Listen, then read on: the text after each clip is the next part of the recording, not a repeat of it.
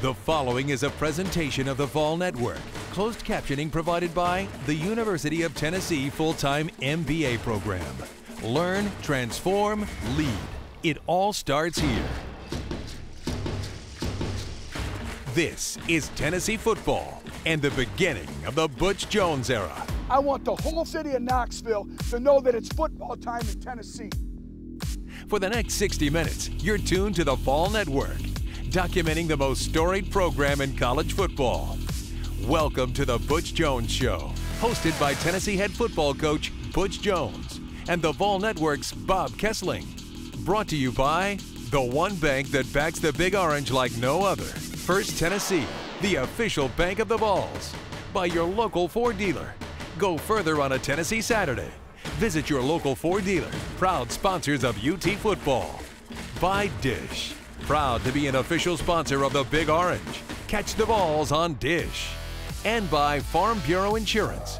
With agents in more communities than any other insurer, Tennessee turns to Farm Bureau Insurance, the official insurance of the Vols. Now, the Butch Jones Show. I continue to say it because we must overachieve in order to be able to compete and win football games. We did not overachieve. I do know this. I know our players are very prideful, and the only thing you can do is roll your sleeves up and go back to work today.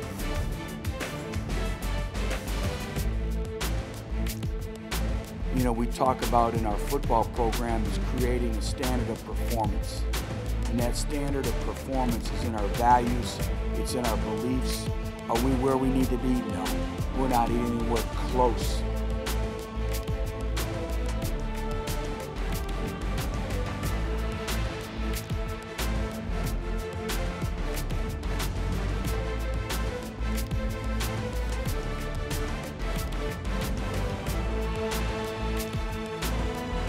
Now, let's see.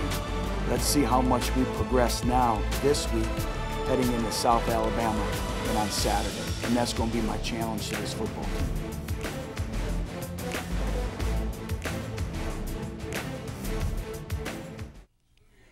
Another brick put in the foundation on Saturday as Tennessee beats South Alabama 31-24 at Neyland Stadium. Dramatic finish, though, a little too close for comfort, though, at the end, Coach. Too close, but you know, our players showed great resiliency, you know, in the face of adversity, and you know, we had some tough circumstances, which we all know, but some we created for ourselves. But again, when I look at it, a fourth down stop, some previous red zone stops, you know, and then we needed to run the football out to win the football game, and we were able to do that. And we said we had to get win number 3. We got win number 3. Now it's on to Georgia, a very talented Georgia football team, but so many teaching opportunities, learning lessons in that football game. We have to learn how to compete for 60 minutes. You know, we talk about working to dominate your opponent for 60 minutes, and in that 60 minutes, you don't know the difference between a play here or a play there that's going to be the difference in winning and losing, even when you're up 31-7. And again, we're learning how to win. We have to learn now how to finish and close games out. But you know what? I thought our football team needed that. You know, they needed that adversity at the end, and they really rose to the occasion, and that was great to see. And you're a big proponent of teams do need to learn how to win. Guys do need how to gut it out in the fourth quarter, and your team did that. Well, no doubt. And, you know, I'm not pleased with our performance, you know, but we found a way to win a football game. And I've been doing this 20-plus years, and you're a lot more than that. But and you've seen it. Yeah. And winning is very fragile. Winning is hard to come in this profession. And so a win is a good win. But we have to learn now, and it's a lot easier to go back today, get in front of the kids, and teach and correct with a victory. But your teams, I thought, on Saturday showed great fight, especially defensively, because South Alabama had them off kilter, had them off balance a little bit, and suddenly just had to make plays and did that. Well, they did, and South Alabama did a great job, which we'll see later in the segment of their first possession, and they did a great job with their scripted plays and making us run sideline to sideline and creating space. But then I thought our defense really, really controlled the football game. And then I thought special teams, I thought Michael Pilardi was a weapon with field position all game. So a lot of big plays in the game. Tennessee, it went right down to the last few seconds, but Tennessee holds on to win against South Alabama 31-24. We'll show you highlights next here on the Butch Jones Show. Our Adidas Vol Scholar of the Week is Daniel Hood. The senior defensive lineman from Knoxville majors in management, where he will graduate in December. He is a Vol Scholar honoree and 3-time member of the SEC Academic Honor Roll. I chose this major because my dad has started a business up in Kingsport, and I wanted to know how to run the business more efficiently and more effectively.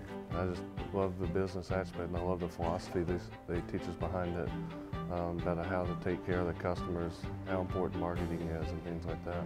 Hood has taken his studies in the College of Business and transformed them into 2 successful small companies. And they're just really simple businesses. Just go in, treat the customer right, and guarantee the work. Make them feel appreciated for it. And really, that's something we learned in business school, is also how to differentiate yourself as well. Congratulations to Daniel Hood, our Adidas Vol Scholar of the Week. Tennessee and South Alabama on Saturday, the second Sun Belt team Tennessee had played. This one a little bit different. 2 quarterbacks that were really good that you had to prepare for. We're very dynamic, and we found that out in the first series as, a dual threat. And they had us on our heels a little bit, and they did a great job of really making us run sideline to sideline. So let's pick up action from Neyland Stadium. Just a gorgeous day for football. Big crowd at kickoff for Tennessee and South Alabama as Tennessee comes out and gets ready to take on the Jaguars. And Coach, arm in arm coming out. Well, we knew we had to have a great effort, and you could see, again, the course of this whole drive of really spitting the ball out on the perimeters, middle screens, and then way too many missed tackles. And you'll see that. I didn't like our pad leverage, our leverage in terms of getting to the football, and we talk about junction point and winning the junction point, and you can see a lot of missed tackles.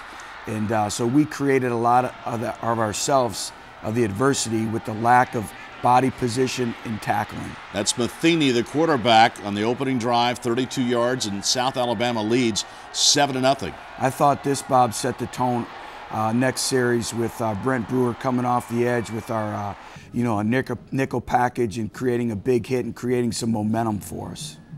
And that set up a turnover as Matheny drops back and throws, and it's picked off. Well, Ladero McNeil does a great job, tip drill.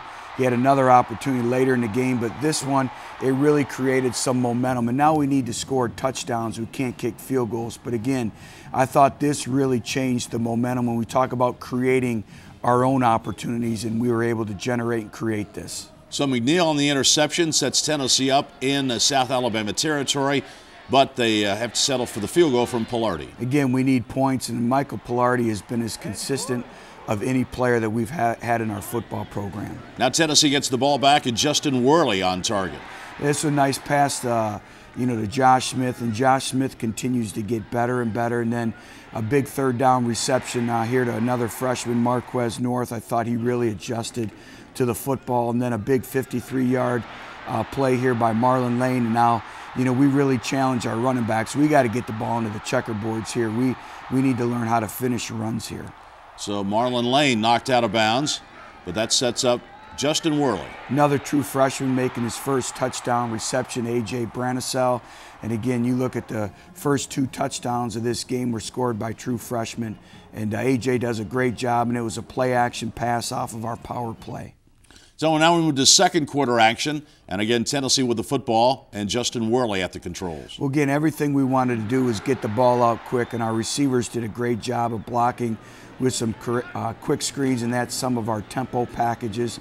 And then this is a run read with Marquez North and the quarterback, and Justin does a great job of reading it and getting us some valuable yards. And then Josh Smith's first touchdown here of his Vol career, and it's a double move off a hitch and go. And I thought Justin did a great job of the pump fake and the off arm. And then this is a routed collision, and Josh does a great job, acceleration to the ball and finishing the catch for a touchdown. So Tennessee gets the lead now, 17-7 in the contest. Tennessee gets the ball back in another long run. Well, I was very pleased with the performance of Rajon Neal all game long, and you can see he's not bouncing things now, Bob. He's getting the ball north and south, and that was great to see. 100 yards in the first half for him, 169 yards, a career high for the entire game. And then Marlon Lane gets the ball again into the checkerboards here and does a great job of really powerful running and getting yards after contact. They marked him short of the goal line. Did you challenge this, or they do that upstairs? Well, the great thing with the home field advantage is we could see it on the Jumbotron, and hats off to our people who run the Jumbotron because that really aided us, but it was being reviewed up front, or up top, rather. 24-7 at halftime, and now Tennessee first possession, third quarter. You know, again, we always talk about starting fast in the second half, and again, Rajon gets us started, and again, you can see him now starting to run with a level of physicality that we're going to need. Good cutback by Rajon Neal there. And watch at the end the way he finishes the run here. That's something that Coach Gillespie works every day. And then a slant pass to Jason Kroom, and I thought Jason really did some good things for us out on the perimeter. Rajon Neal. And then it's very fitting that he caps the drive. And now you go up 31-7, and now you're thinking, let's get one more touchdown and finish the game and keep playing. We just got to learn how to keep playing. Tennessee's defense now makes a play as South Alabama. Again, you know, we talk about here ball disruptions and mirroring the offhand of the quarterback. I believe it's Corey Miller does a great job of mirroring the offhand, getting his hand up, and then here comes the tip drill again. Now we have to take advantage. This is where you can put a team away, and you know, unfortunately, we didn't come away with points on this possession, and you have to be able to come away with points on this. Because on the very next play for Tennessee, Justin Worley has this pass deflected at the line of scrimmage. Same scenario, and it's the same thing. You know, here everyone looks to Justin, but the running back has to do a good job of getting the defender down, which we did not. Now we have to come and we have to make tackles, you know, because we have great confidence that our defense will hold them to a field goal and too many missed tackles. So it's 31-14 as South Alabama did score on that possession. Now it's 31-17. And Michael Bob, we were just waiting. We were waiting for this call all day, and we had it. And again, it's part of that disciplined football. The thing you can't have is pre-snap penalties. We had pre-snap penalties. And again, you know, this changes the momentum of the game and the complexity of the game. That was set up. Inexcusable. Now you're talking about a huge momentum swing. Never seen this in all of football. It hit our holder's hand, and so the ball pops up. But again, we do a great job of tackling them, and you know, this is another series prior to that, but they came away with 0 points on a missed field goal, and that stuff is critical. But it was 31-24, and now they're throwing into the end zone. Corey Miller, another big play. Again, at the end of the game, when we needed to have the pass rush, our defensive front came through, and it's all about winning your one-on-one matchups.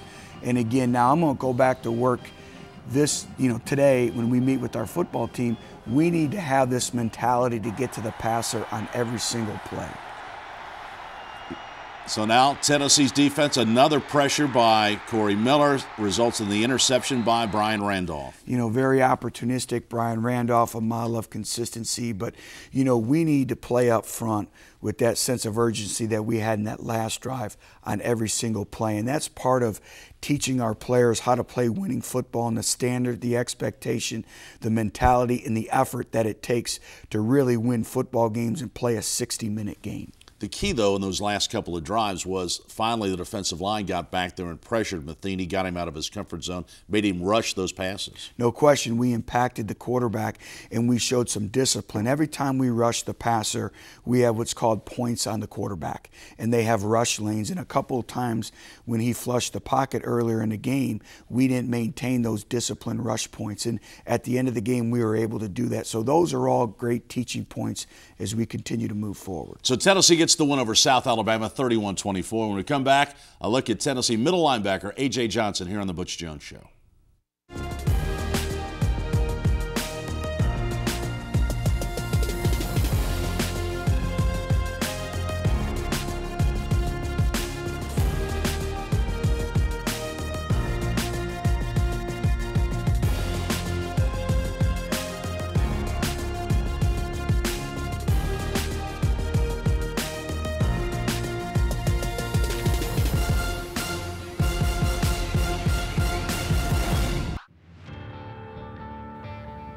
Every football player has something that drives them, a motivating force, a stimulus that pushes them to excellence. Just waking up every day is a blessing, and my biggest motivation is my mama. Growing up, I seen her working every day, 24/7. like always having a job. She's feeding me and my brothers by herself, and just seeing my mama work every day and work how hard she's been, and she's still working now today. That's my motivation, is just be able to tell my mama she don't have to work no more. Been around her a lot since we came up to school, and she's a very self-motivated person, and I think that's one of his heroes. The junior from Gainesville, Georgia, has made his impact on Rocky Top since day number 1. He's a ball hawk. And A.J. Johnson makes the tackle on Solomon Patton and throws him down by his shoulder pads. No matter what it is, he's going to find a way to get to the ball. Dumps it across in a drag pattern, and a great play, no gain. If he's getting double teamed, he's going to find a way to get out of it, and that's what set him apart from a lot of players. And even as freshman, he was always around the ball, and that's what made him a good player. AJ's always working. He grinds, you know, you tell AJ he can't do something, he's gonna go out of his way and around every obstacle to prove that you're wrong and that he can do it. A.J. Johnson, Tennessee's catalyst on defense.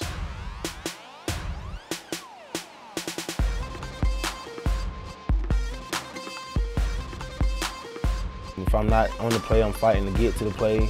Always trying to get to the ball, trying to do my assignment as perfect as I can, and just keep playing hard. Makes all the calls and checks, you know, make sure everybody's lined up. You know, he fits in pretty much well. He's pretty much the nucleus of the cell. He wanted them to feel it. He wanted them to hesitate. He wanted them to tiptoe when they come and through the hole or running on the edge. He wanted his presence felt. For the Butch Jones Show, I'm Rick Russo. Well, you want a middle linebacker who's around the football, and A.J. Johnson sure is. AJ's around the football, and, you know, hearing the comments of his peers, you know, they're exactly right. AJ brings it every day. He plays with a very high effort level. Whenever you challenge him, he wants that challenge. So, you know, AJ's extremely competitive, and we've really challenged him this year about being a complete linebacker. I joke with him, there's not very many first and second down linebackers. It's learning how to play all 3 downs in terms of pass coverage and then junction point, which is block destruction and all the little things that it takes to play winning football at the linebacker position. And AJ continues to develop and get better and better. How important is that middle linebacker in your defensive scheme? Critical. You know, he's the alpha male of your defense. He's the quarterback. You know, he's responsible for getting individuals lined up. And he's a model of consistency when it comes to effort. A.J. Johnson, the man in the middle for the Tennessee Volunteers. What's going on in social media? Here's Sarah Mitchell. That's right, it's Vol football media match time, and there was quite the stir in social media this week. Starting off with none other than our former star quarterback, Peyton Manning, who is all about setting records these days. He completed 32 of his 37 passes for 374 yards, as well as 3 touchdowns. That sets an NFL record with 12 touchdown passes in just 3 games. Also for the Broncos, VFL Robert Ayers had 2 sacks. The Broncos went on to win Monday night, 37-21. Thanks to Vol Football for posting this collage of 3 more VFLs who captured an audience Monday night: Kevin Burnett, Denarius Moore, and Michael Rivera. And Tennessee Vol defensive lineman Marlon Walls tweeted this message: "The tradition of Neyland Stadium is always in his thoughts. You think you bleed orange? Check out this photo of Chad Fields and his collection of Tennessee attire." And finally, take a look at some of the cutest faces on Rocky Top. But don't go away, the Butch Jones Show will be right back.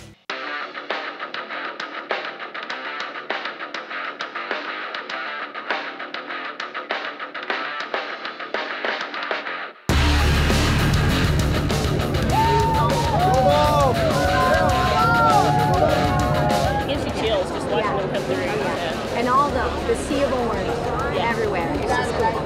I've never seen so much orange in my life. Loved it. Absolutely loved it. My first ball walk was loved it. It's like seeing a superstar to my kid. Yeah.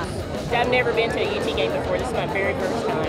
And it's unbelievable. I mean, it's awesome.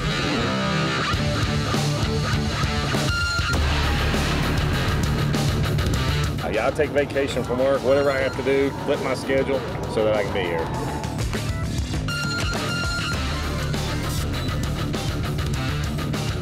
Butch is the man, brick by brick. I'm all about him. He's building the tradition back to where it needs to be here in Tennessee, and he's doing it the right way. We've been here at the same spot. We can see the river, see the boats come and go. It's great. We got a little bit of spicy smoked bologna, regular smoked bologna. We've got tenderloin, we got ribs, homemade deer chili. It's just a big parking lot party. Everybody's together. Everybody's rooting them. Win or lose, they're all together. It's great. It's football time in Tennessee. Special place to be on a football Saturday in the fall, Neyland Stadium. I don't know about you, but I'm hungry right now. That fried bologna got you, didn't it? Well, I tell you what, our fan base is the best in the country, and you talk about home field advantage. And really, home field advantage is your crowd participation. And 102-455. And we're going to need them as the season progresses. We're especially going to need them against a great Georgia football team. But, you know, I told our football team, you can never take for granted playing in Neyland Stadium and our fans. And that's what makes Tennessee very special. And I tell you what, I love seeing the look in our prospective student athletes, our recruits' eyes when they walk into Neyland and they can see running through the tee, but when they're at the Vol Walk as well, and it's very special. And I'm very thankful to all of our great fans for supporting us. And we're going to get it right. I know I keep saying it, but it's a process. But no other place where would you rather be than the University of Tennessee. Talk about the Vol Walk and the players that come through it, how important it is. You don't allow them to wear headsets, or I mean, they've got to associate with the fans, and it's a special bond that's developed during that time. Well, it's an honor and it's a privilege to be able to participate in the Vol Walk, and that's what I've told, you know, our football team, and we've started a tradition now that with our scout teams we call it Earn the Right. And it's based on their weekly performance and practice on the scout teams, whether they'll go on the Vol Walk and dress for the game. And I tell you what, the competition level has increased twofold. And it's very important. It sets the temperament for the game. You know, with the amount of people that they're there, how excited they are, you know, how positive they are, and then getting the fans in the stands. And, you know, I know all of a sudden now with TV and it's easy to stay at home, but there's nothing beats a Saturday afternoon or Saturday evening in Neyland Stadium. Yeah, it'll be special. It'll be special this week when Georgia comes to town. We'll talk about that, and also we'll ask the coach next on the Butch Jones Show. Time out to check the stats. Brought to you by Dish. Tennessee's defensive tradition was forged by Hall of Famers, from Bob Suffrage to Doug Atkins and Reggie White. But it was a group of 21st century Vols that set the all-time sack record for the Big Orange. Hey, sack! Check the stats. The 2000 edition of Tennessee Defense holds the record for most sacks in a season with 50. Anchored by John Henderson and Will Overstreet, with a little help from Albert Hainsworth, it's no wonder this group still remains at the top of the Tennessee record book. Check the stats. Only from Dish do you get the Hopper Whole Home HD DVR. Learn more at dishballs.com. Catch the Vols on Dish, official sponsor of the Big Orange. It's time now for Ask the Coach, presented by Academy Sports and Outdoors. Currently serving Vol fans with 7 Tennessee locations and online 24/7 at academy.com. Coach Jones, our first comment comes from Steve Carnes. What steps can you take to improve Justin Worley's accuracy and his confidence this week? Well, we'll continue to work our pocket presence drills, and that's the big thing, is moving your pocket when you have pressure, pushing up with the back foot, and so we'll work that. We do a lot more team situations in terms of team pass so he can feel the pass rush. And then if you notice, you know, we tried giving him quick completion plays in the game this past week, and we'll continue to try to manufacture those. And still trying to rep the freshmen this week in practice. Yes, you know, the 2 freshmen, both of them will get ample reps, and they'll be ready to go if needed. Here's our next question. This comes from Stan Norris. Are you more concerned about Uga's passing or rushing attack? And Georgia's got them both, don't they? Well, they do have them both, and I think that's what makes them extremely difficult to prepare for. But in our conference, our philosophy is you have to stop the run first and foremost. And I know they're going to come in here and try and run the football, and then they do a great job with their skill out on the perimeter with play-action passes. But first and foremost, we have to stop the run. This is the teeth of the SEC schedule starting next Saturday. Yes, it is. And, you know, that's why the resiliency, we have to continue to get better and better, and we have to start creating our own breaks and cashing in on those. But you got some confidence and momentum after winning the game against South Alabama. You know, we've been through it all, and I think our schedule up to this point is you know, really prepared us for this next step. Coach, congratulations to you and your staff and the players. There for the is win. one thing. Yeah. I know that you've been called a lot of names over the course of your lifetime. Too many, yeah. I want to be the first one to say, though, Grandpa, Thanks. congratulations. Thanks. My daughter and husband Grant had a baby on Friday morning, and as soon as the game was over, we celebrated the Tennessee win and went to see him in the hospital. So it was great. Mom and little Jack are doing great. So thanks, congratulations. Coach. We'll see you next Saturday against Georgia. Look forward to it. And we'll continue here on the Butch Jones Show in just a moment. Time now for the Tennessee Top 5, brought to you by Hyundai. Bridge on third down. Foul batted up in the air, and that one is intercepted by Tennessee's Brent Brewer. The ball batted at the line of scrimmage, straight up in the air, and Brewer comes up with his second interception of the year on the tip. You know, we had a spy on the quarterback, and D-line got a push and got their hand on the ball. And, you know, I got one, so I credit that to the D-line.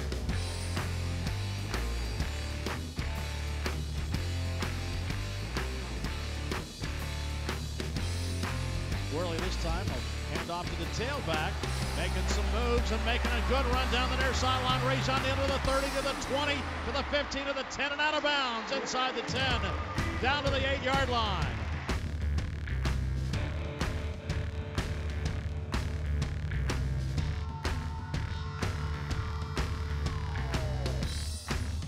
Worley fakes the handoff, looks, fires in the end zone, wide open in the back right corner. Touchdown, Tennessee. A.J. Branisell, who just came into the game.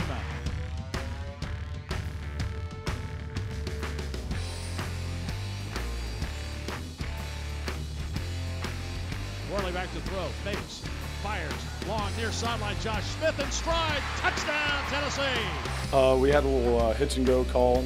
We knew their corners were a little aggressive on some of our quick game routes, so we installed the play this week and hit them over the top on a double move.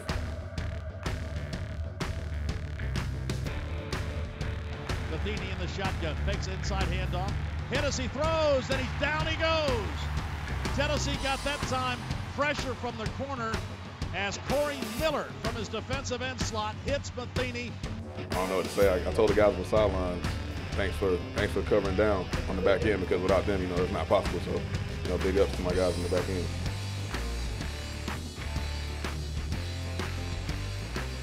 Couple of big defensive plays helping Tennessee beat South Alabama 31-24. Now joined by John Bryce of VolQuest.com and Bob Welton, who's Director of Player Personnel for the University of Tennessee. Bob, this is kind of a new title a lot of college programs are coming up with. Pros have had it for a long time, but what does a Player Personnel Director in college do? Well, I think it's a fancy word for charge of the recruiting department. You know, I think somebody probably made that term up a while ago and everybody's going with it. But really, my job is to make the coaches' jobs easier when it comes to recruiting, so they can spend more time on coaching. You know, that's what they do, that's what they are. And so my day is just planned on how I can organize their lives a little easier for them to be able to coach. Bob, it's kind of a new position or a new title, but it's a very old relationship that you have with Butch Jones. I wrote about it earlier this year. You guys know each other going all the way back to your days as a high school coach in Michigan. Just talk about the dynamic of that relationship. Yeah, it goes back 15, 20 years, I forget, but I was a high school coach, my first head coaching job, and he was an assistant at Ferris State University. And you know, one day he comes rolling in and says, "Hey, I'm Butch Jones, and I'm here to recruit your kids," and that was really how it started.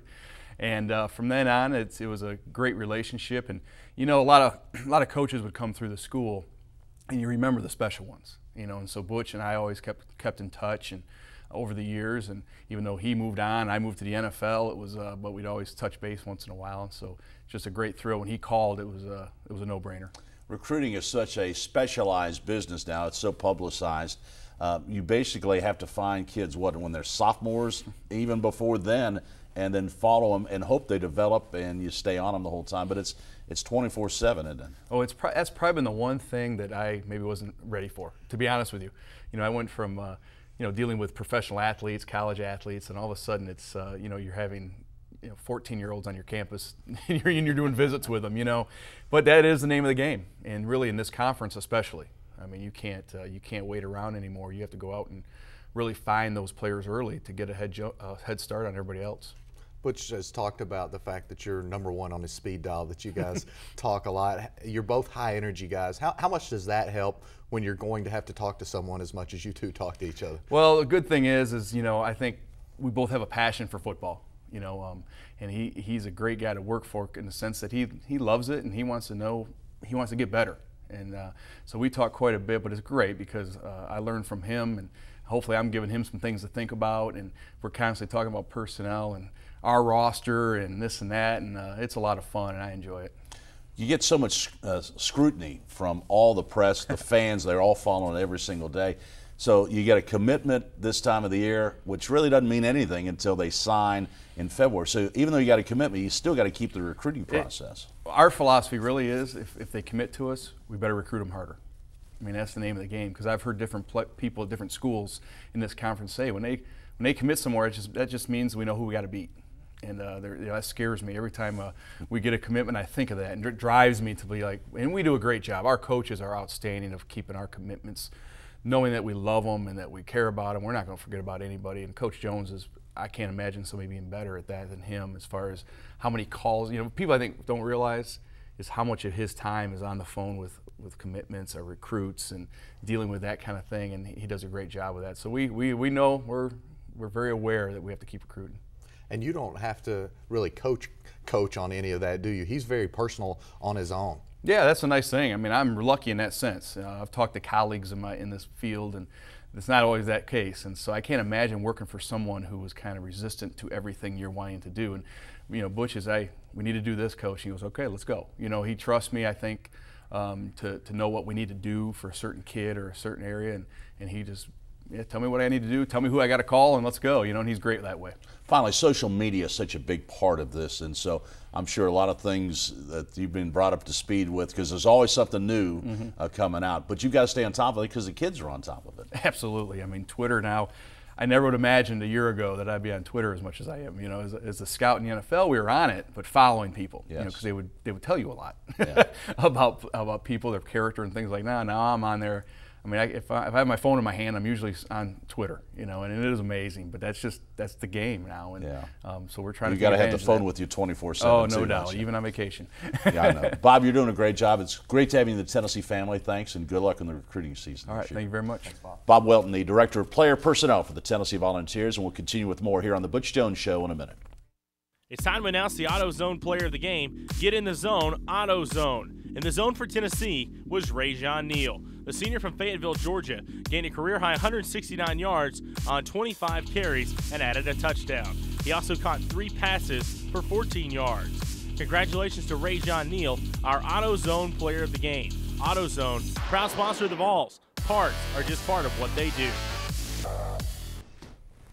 Back with John Bryce of VolQuest.com. You look for positives in any type of football game and a win, and I guess that's the main positive.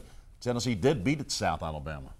It was a good win for Tennessee in a lot of regards of how the Vols closed out the game and learned to close out the game. And that's not just coach speak. This is a program that, frankly, has not closed out enough of those close contests in recent years, and that's why it's in the position that it's been in. So I thought a lot of guys stepped up. Corey Miller's playing the best ball of his career, and he's a senior, and he should be, but I think that also speaks to the development of this coaching staff. And I think another player that's really made some progress was Daniel McCullers on Saturday. He was in the backfield a lot. 6 tackles for Daniel McCullers, the season high, basically equaled his season total in that one game. He also had a quarterback pressure. That was really good to see, and that was not by accident. Daniel McCullers had been challenged on the practice field all week long by Butch Jones. At one point, Butch Jones telling Daniel McCullers, Daniel, some NFL scouts are here. They want to see if you have a pulse. Those are the type of mind games that Butch Jones plays with his players each and every day to get them motivated, to get them mentally prepared. John, you're at practice every single day, and Butch Jones does have that microphone out there on the field and is not afraid to call anybody out at any time. No, he's pretty merciless, but also the players know that he loves them and they love him, so they don't seem to mind it. It was McCullers and Alex Bullard this week challenged in a bull ring competition. It was A.J. Johnson. It was Woody Quinn. He is not bashful, and as one of his staff members told me, look, he's equal opportunity with that microphone. Indeed. Nobody's off limits. Well, and the one thing he does too is he holds players accountable in practice, and they understand that, and they don't want to have him calling them out on the microphone. That's what several players have told me. You don't want to be called on that microphone because it can be heard all over Knoxville. That's the mindset. They believe that it can be heard all over Knoxville. They also, frankly, don't want to disappoint Butch Jones. He has already earned their trust. He's already earned their appreciation, and they believe that Butch Jones believes in them and wants the best for them. And that's a huge task that he's already accomplished. We've seen the plays by Corey Miller down the stretch. That's going to be a big key this Saturday against Georgia and Aaron Murray. If you let him stand back there, he will pick you apart. Look, Georgia has scored 40-plus points in each of its wins. The one game that it lost, it scored, I think, 35 points. So the Bulldogs have not had any trouble scoring whatsoever. 44 points against a very, very stout LSU defense. A lot of NFL players on the field in that game yesterday, and yet the Bulldogs still racking up points. So a big win for Georgia, big win for Tennessee. We'll look ahead to the Georgia Bulldogs next here on The Butch Jones Show. It's time for the First Tennessee First Look, a scouting report and look ahead at the Vols' upcoming opponent. Brought to you by First Tennessee Bank, the official bank of the Vols.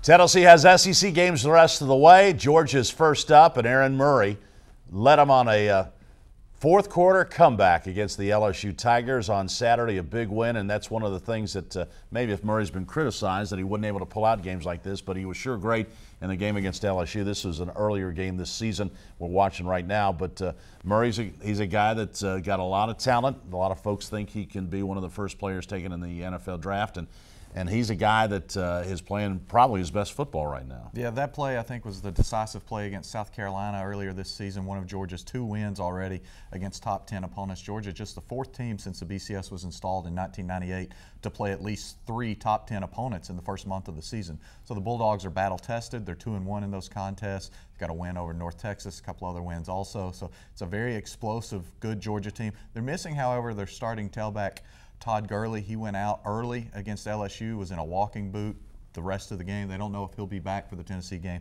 That could be potentially big news and have a huge impact on the game this week in Knoxville. But they still have weapons on offense. A lot of weapons on offense. They probably have the best 1-2 tandem at tailback when they're healthy in Gurley and Marshall. And then Murray has just been so dynamic this year, playing at a level never before seen out of Aaron Murray. That's been huge. They've had a number of wide receivers step up. Even though they've had some wide receivers injured, they've had other younger players step up. Tennessee has talked all season long about turnovers being so important to winning, and obviously against Georgia, you got to force them into mistakes if you can. It's the only way to beat the Bulldogs right now, just because Georgia is scoring at such a high level. As I noted earlier, 40-plus points in all of its victories. But Tennessee, I think, has already forced 15 turnovers on the young season. Only had 17 all of last year, Bob. So John Jancic has done a really nice job of getting his players ball hawking, whether it's young guys like Cam Sutton or Brent Brewer, a senior, a veteran guy who's gotten his first 2 career interceptions already this season. But these young cornerbacks will be tested on Saturday. Tested and tested in a hurry, and Georgia's got some players that match up differently. They've got some smaller guys that can get you over the middle of the field. They've got some bigger guys that can stretch the field. So Tennessee and Georgia, kickoff time will probably be announced on Monday afternoon. So go to utsports.com or listen to your Vol Network station. They'll get the kickoff time, and hope to see you next Saturday at Neyland Stadium. And again, there are just a handful of tickets left. Go to uttix.com. Thanks so much for being with us. For John Bryce, for Coach Butch Jones, I'm Bob Kessling. See you Saturday at Neyland Stadium and next week right here on The Butch Jones Show. This has been a presentation of the Vol Network, produced by IMG, the world's premier sports, media, and entertainment company. For more coverage of this week's game, be sure to watch the Vol Network's 2-hour game replay. Check local listings. Produced at the Huster Broadcast Center.